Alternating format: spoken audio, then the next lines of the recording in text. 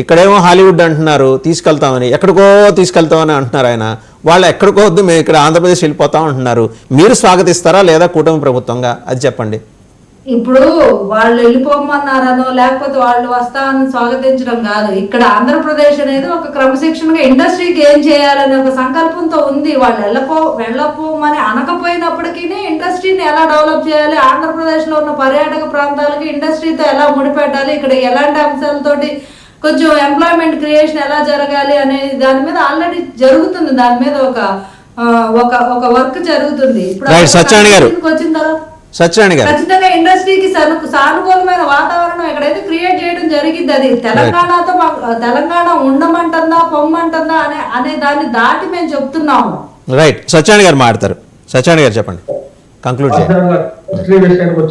అడుగుతున్నారు కాబట్టి అది పోయే వరకు పొగపెట్టించుకోవడం కంటే అక్కడ ఒక కాన్స్టెంట్ వచ్చింది. ముఖ్యంగా ఆంధ్రప్రదేశ్ లో కూడా ఇండస్ట్రీ డెవలప్ అవ్వాల్సినటువంటి పరిస్థితులు, తెలుగు ఇండస్ట్రీ, సినీ ఇండస్ట్రీ.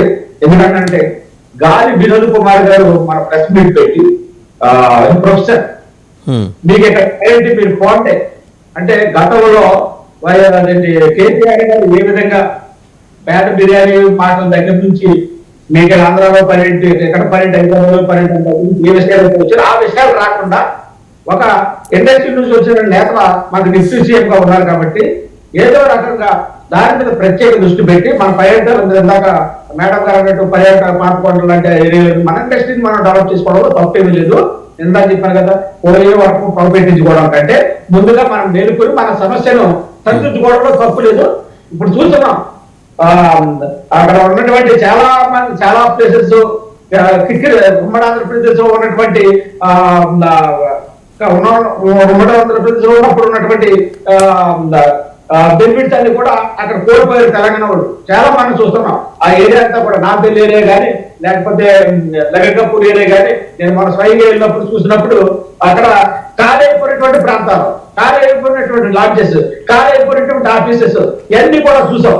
కానీ ఆ విధంగా రేపొద్దు ఇండస్ట్రీ అయిపోతే వాళ్ళకి నష్టం జరుగుతుంది, మనకు ఆదాయం పెరుగుతుంది. ఖచ్చితంగా అక్కడ ఉంటూనే ఇక్కడ డెవలప్మెంట్. సరే, తమ్మారెడ్డి గారు ఏమన్నారు చూద్దామండి. ఒకసారి సత్యనారాయణ గారు, తమ్మారెడ్డి గారు ఏమన్నారు చూద్దాం. తమ్మారెడ్డి భరద్వాజ్ గారు.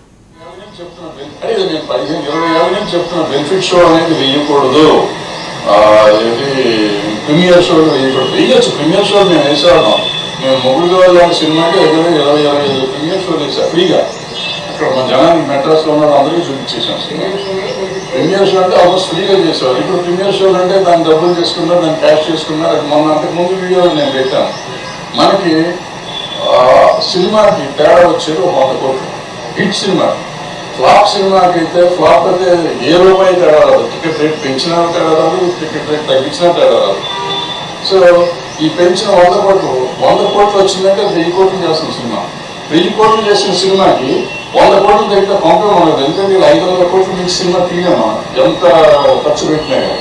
అంటే 1000 కోట్లు చేస్తే 400 కోట్లు ఆల్మోస్ట్ ప్రాఫిట్ ఉంటుంది. 100 కోట్లు దగ్గర 400 కోట్లతో సాటిస్ఫై అవ్వమా, లేదు 100,000 కోట్లు కూడా ఆంధ్ర తెలంగాణ ప్రజల మీద వేయాలా అనేది ఆలోచించుకోవాల్సింది పబ్లిక్ ఆలోచించాలి, ప్రొడ్యూసర్లు ఆలోచించాలి, ఆర్టిస్టులు ఆలోచించాలి, డైరెక్టర్లు ఆలోచించాలి. దీనికోసం మనం ముఖ్యమంత్రి దగ్గరికి వెళ్ళి దేహి అని అడుక్కోవడం అనేది తప్పు అని నేను గతంలో చెప్పాను, ఇప్పుడు చెప్తున్నాను, ఎప్పుడు చెప్తాను.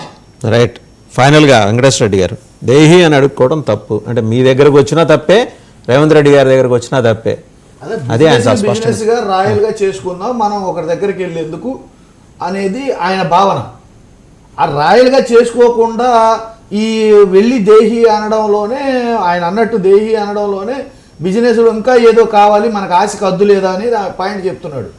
ఎగ్జాక్ట్గా మనకి ఒక ఆశకి మనిషిగానే, ఒక ఇండస్ట్రీ కాదు, సినిమా ఇండస్ట్రీ కాదు, సామాన్య మానవుడికైనా ఆశకి హద్దులు ఉండాలి.